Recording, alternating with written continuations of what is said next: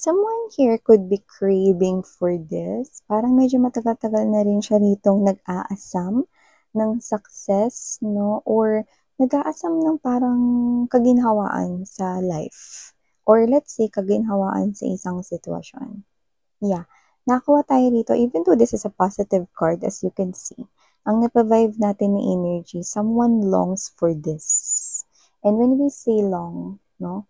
This person here wants success out of the situation, but for some reason, I think this is not so close to happen.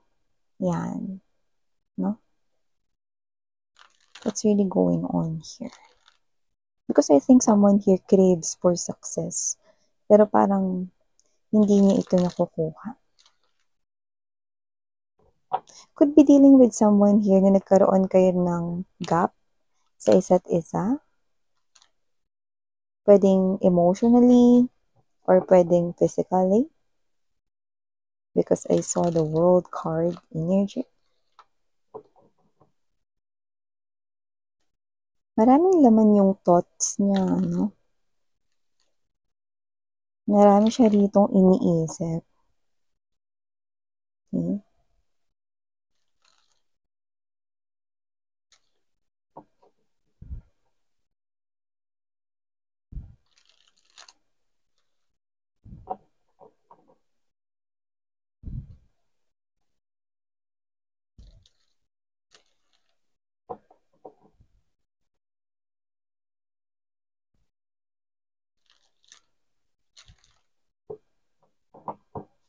Okay.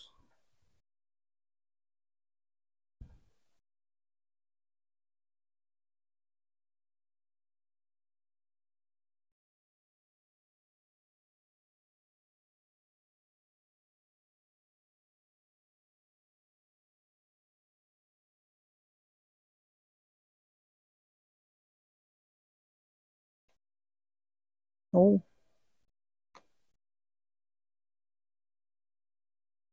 Mm-hmm. Aba, teka. King of Swords in reverse, right? Niya is the Tower energy.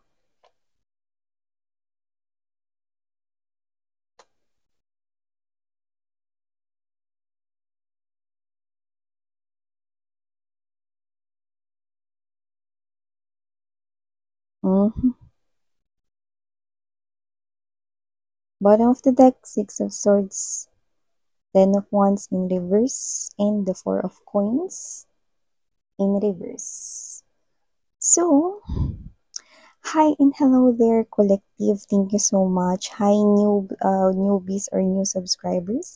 Ako po si Yan. Welcome tuloy. At sa mga returning viewers, thank you so much sa inyong walang sawang pagsuporta. Sa inyong mga babes, wala tayo dito yung gender, ba, lalaki, LGBT, cross-watchers. You can flip rose if you want. No, that's what I mean. Okay? And at the end of the day, you always have your free will na free mo rin gamitin anytime, anywhere. So, dito nakikita ko na someone here is thinking heavily about you, but don't get me wrong, okay? Let's get straight to the point. This is one of your exes. Ex-husband, ex-wife, ex-boyfriend, ex-girlfriend, yeah, your ex-person. LGBTQs, of course, welcome rin kayo mga sweethearts. Just take how this resonates, okay? So, this person here is thinking about you, but don't get me wrong, it's not about love. Yeah.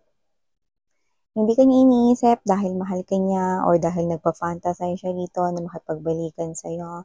But this person here is heavily thinking about you and I'm getting that word. Hashtag. Yan no. Hashtag mga babes no. Sinisisi niya kayo.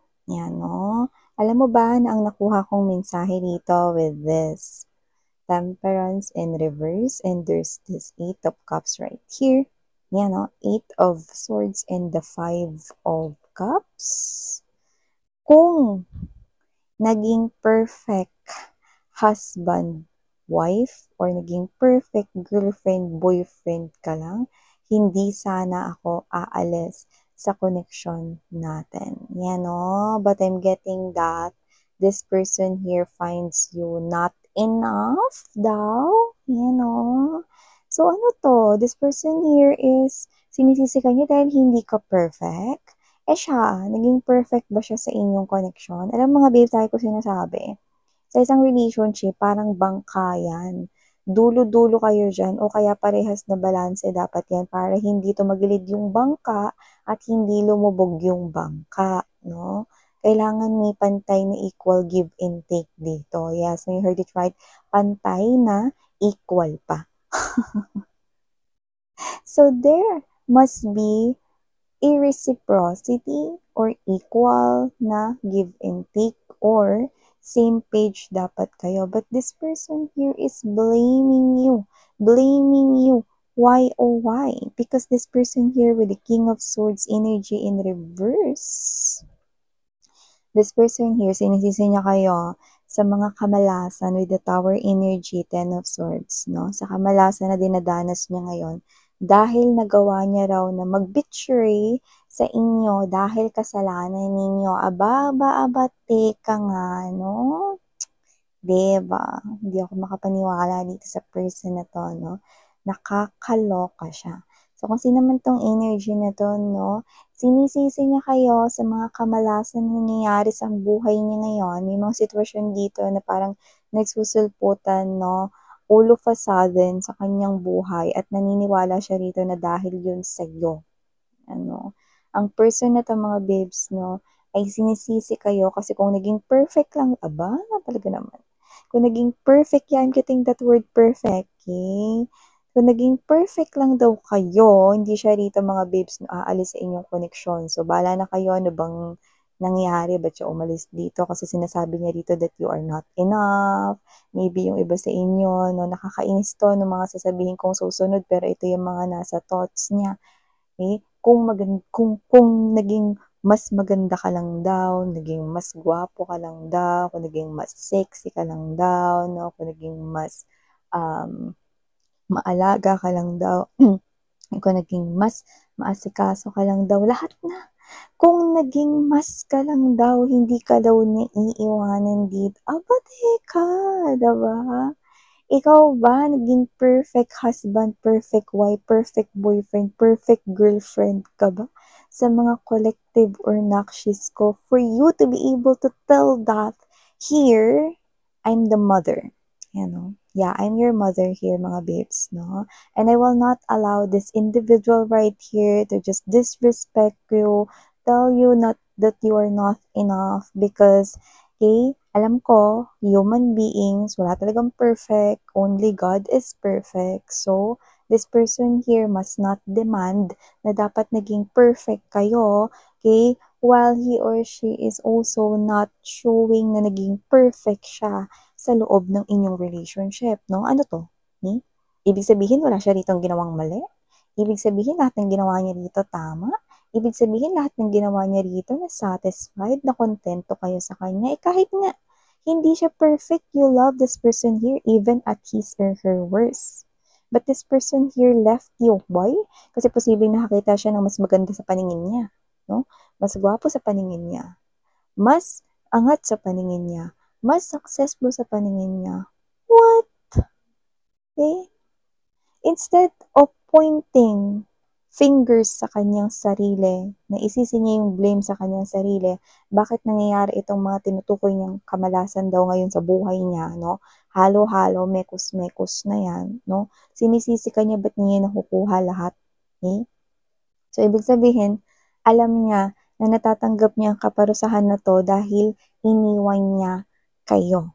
Yan. So, ibig sabihin, this person here caused major heartbreak sa'yo at naiintindihan niya na nare-receive niya ang lahat ng ito dahil pinagtaksilan niya kayo or tinalikuran niya kayo. Ano man yung naging rason noon, no? Dahil this person here, no, sinasabi niya dito, kung naging mas maunawain ka lang daw, kung naging mas pasensyo. Come on, diba? So, kung sino man tong energy na to, na this person here is giving me, okay, a hard time digesting yung mga pinagsasabi niya sa inyo. Na bakit? Perfect ka ba para sabihin mo sa mga nakshis ko na dapat perfect sila? Patingin nga. Walang ina, mga babes, no, nahahayaang apihin ang mga anak niya. So, ibig sabihin dito, no, sa relationship, parehas dito na dapat may balanse. Hindi yung isa lang yung nagbibigay, hindi yung isa lang yung hindi perfect, no, at kung ano-ano pa. So, wala siya ditong karapatan, no, yeah, I know, hindi rin kayo perfect, mga babes, no, pero nakita ko rito na nag-taste kayo kahit na may mga times, no, na matigas yung ulo niya. Diba? So, nakita ko dito that this person here is really galit siya sa inyo rito dahil sa mga nangyayari ngayon sa buhay niya. Kasi parang sinasabi niya rito na hindi sana kita iiwan eh kung naging ganito ka lang. What? So, this person here is also telling me na posibleng naging manipulative din siya, no? This person here manipulated your relationship or connection before, okay? And it might be suffocating sa inyo before, no? Kasi sinasabi niya rito na kung hindi naman daw kayo ng mga babes, no, kung hindi naman siya nakulangan daw, or hindi naman daw siya rito, no, na nakita na not enough ka, hindi naman din daw siya aalis or lalayas sa connection ninyo. Teka nga naman, no? Alam mo kasi mga babes, no, tao po ang gumagawa ng kapalaran nila. Ang mga anghel, ang mga bituin, ang universe at ang Diyos, no? Yan ang mga nag-guide, no, sa mga human beings, no? Pero tao, no, kaya nga nasa Diyos ang awa, nasa tao ang gawa. Okay? The universe will show you opportunities right here. Now, it's your decision to make kung ano yung susundin mo. Sumama siya rin sa desisyon na hindi niya nakita na magiging bad for him or her. And now, nandun na siya sa sitwasyon na hindi niya na kayang i-handle because sunod-sunod na, no? At biglaan yung mga pangyayari rito. Kaya wala na lang siya ritong nagawa at nasabi kundi isisi ang lahat sa inyo. Ay, go. Pero siya mismo yung gumawa ng kapalaran niya. Diba? This person here might step into a karmic situation if it's a third-party situation. Or this person here could be experiencing loss. Or maybe this person here could be experiencing finances, shortage, money, pentacles, challenges, tests, diba? So I think this person here is really doing his or her very best, Six of Swords energy, okay? Para makaalis na siya rito, no? Pero alam naman natin that the Seven of Wands energy to the Seven of Swords, alam niya na hindi niya kayang dayain si universe or si God, no? So, siya ito mga babes, no? Nagsistrive siya really hard. Alam mo yung nakikita ko yung image, no, ng isang person na pilit na binubuhat yung isang malaki, no, mas malaki pa sa kanya na bato. So, ibig sabihin, no, this person here is trying his or her very best, no, as in, gusto niya tanggalin yung malaking bato na nakaharang dito, no, sa life niya ngayon. At yung mga bato na yun, ito na nga yun, mga sanga-sanga or sudden na mga pangyayari na hindi niya na rito alam kung paano niya pa susolusyonan isa-isa. Dahil ito ay napaka-overwhelming na para sa kanya. Pero, para isisi niya sa inyo, no, yung kanyang ginawa noon, no, na mali. 'Di ba? Parang sinisi niya kayo kasi pinili niya rito yung ibang daanan. Come on, are you just kidding me, 'di ba? This person here, ang funny niya, no? So, kasi naman siya, no, nakikita ko dito na nakakaranas siya ng mga bagay na hindi maganda. Sabihin na nating negative situations, no? Pero instead na mag-focus siya na alisin ang lahat ng yan, okay? Sa buhay niya, ikaw ngayon ang sinisisi niya. Bakit niya nararanasan ang lahat ng ito? Yeah, I know. This is something here, no, na nakakainit ng ulo at nakakapintig ng mga veins ninyo. Pero this person here is ganyan talaga. Iniisip niya kayo ngayon, kaya posibleng kayo ito na nasasamid na lang bigla or naalala niyo siya bigla kahit hindi niyo siya iniisip. Why? Because this person here is thinking about you. But not romantically. But this person here is 102% 100 trip pa nga na sinisisi niya kayo rito sa kamalasang nangyayari sa kanyang buhay. Kakaloka. So, kasi naman tong energy na to, no, this person here, hindi niya magawang kumprontahin yan sa'yo. Okay? Kasi, ayaw kanyang makita to the point na galit siya sa'yo rito, no? Kung bakit nangyayari ito, pero hindi naman din niya rito magawang makalapit sa'yo or lumapit sa'yo para sasabihin na, hoy, alam mo dahil sa'yo, kung naging enough ka lang, di sana ako magiging ganito eh. Di sana ako aalis sa connection natin eh. Di sana nagsasama pa tayo ngayon kung hindi dahil sa kasalanan mo. Yan yung mga nasa thoughts niya. Yan sana yung mga gusto niya rito i-sploop or sabihin sa'yo. Pero hindi niya na yan sasabihin sa'yo. Okay? Kasi ayaw kanyang makita dahil galit na galit siya sa'yo. Diba? Nakakaloka na parang, diba? Parang ang sarap shoplakin, no? Itong person na to, no, dahil dyan sa mga pinagsasabi niya siya patong walang ganang makita kayo, no? Parang kasalanan niyo pa kung naiba siya rito ng daanan, diba? Nakakaloka talaga. Pero yun nga yung nakikita natin dito mga babes, no? So, huwag kayong mag-alala, hindi siya lalapit sa inyo rito, no? Dahil ayaw niya nga daw kayong makita. Kasi kasalanan niyo nga daw. Ang funny niya, no? Pero whatever the case may be, let this person here face his or her karmas with S, with S, S, S, S, S, S, S, S, S, kasi maraming karmas yun. And I do not know what particularly this person here had done with you, pero nagiging matigas ang kanyang ulo kasi sinisisi niya pa rin ito sa inyo instead of pointing his or her own finger sa sarili niya. Okay? Come on, just grow up, diba? Parang yun yung gusto nating sabihin sa kanya. Just grow up, okay? Parang kang hindi lalaki or hindi babae, no? Parang hindi ka isang ganap na lalaki or hindi ka isang ganap na babae, no? Like, be man enough, yun yung ibig ko sabihin dito, no? Parang siyang bata ngayon kung kumilos, gumalaw, at magsalita. Yan, no? So, yeah, ito ang mga mensahe na kuha ko here coming from this kakaloka ninyong ex. Thank you so much for your time here. Muli ako po si Yan. Sarang Hiyo, Love in Light. Annyeong!